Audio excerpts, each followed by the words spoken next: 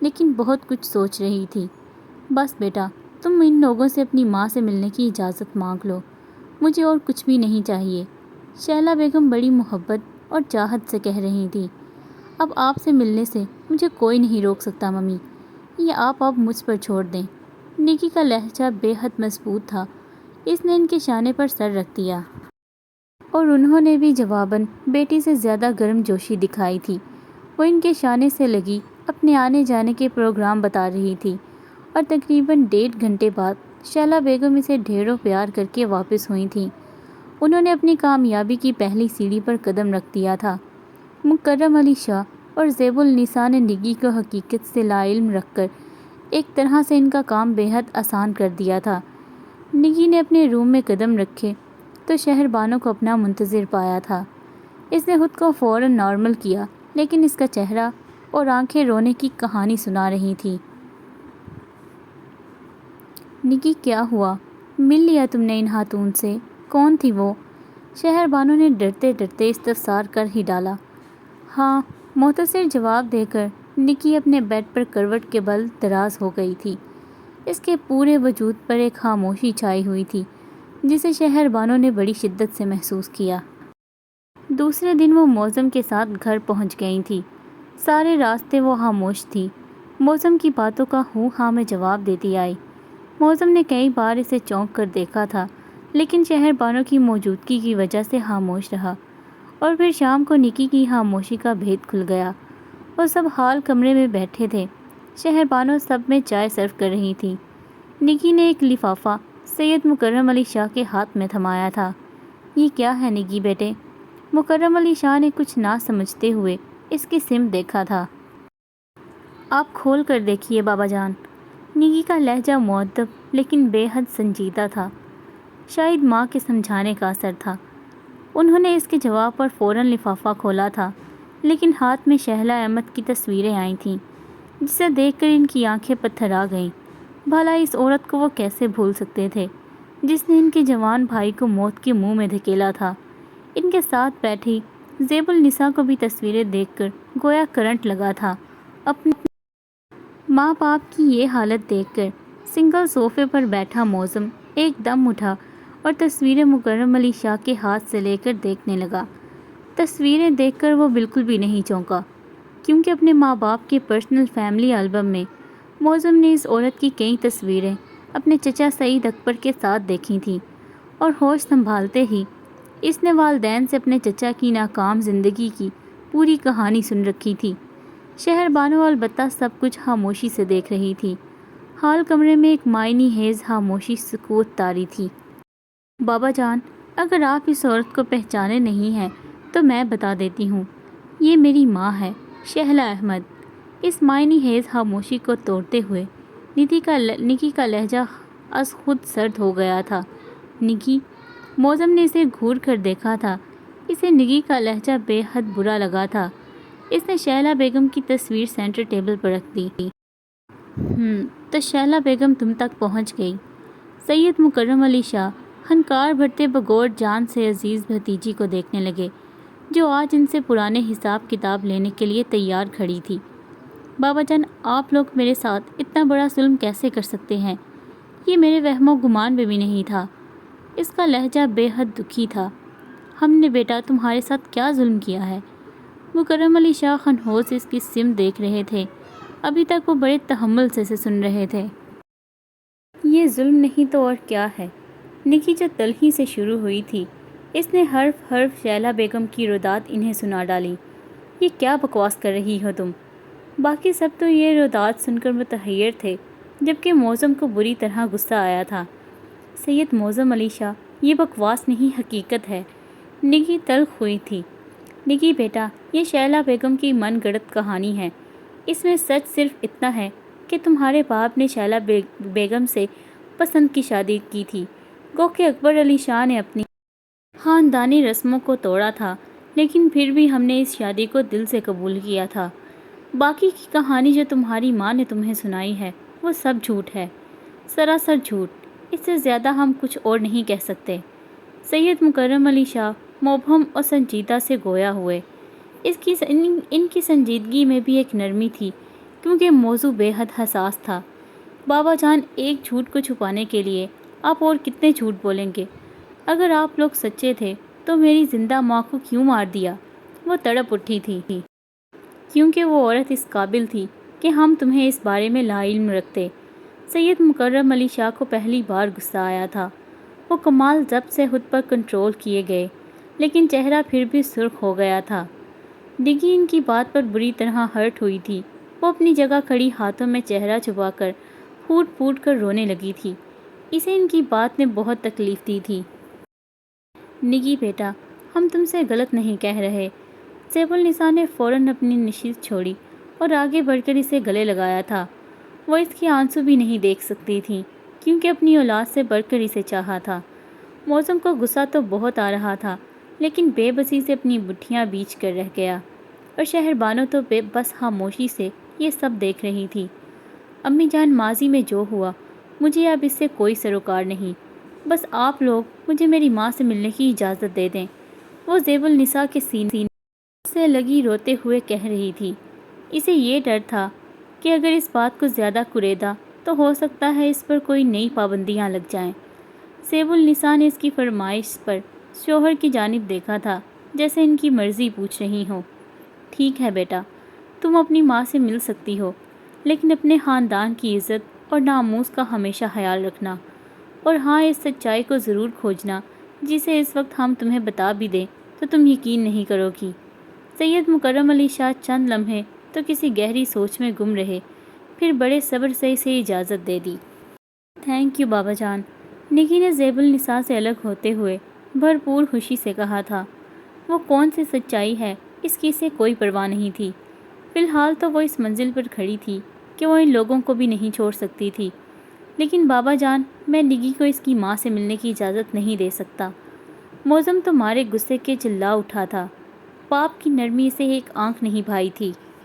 میں تمہاری اجازت کی پابند نہیں ہوں۔ نگی نے سرد مہری سے موزم کی سمت دیکھا اور حال کمرے سے نکل گئی تھی۔ وہ شروع سے ہی ایسی تھی۔ اس کی محبت میں ایک بے نیازی، ایک ہٹ درمی سی تھی۔ وہ موزم کی محبتوں کا مان کچھ اس طرح ہی رکھتی تھی۔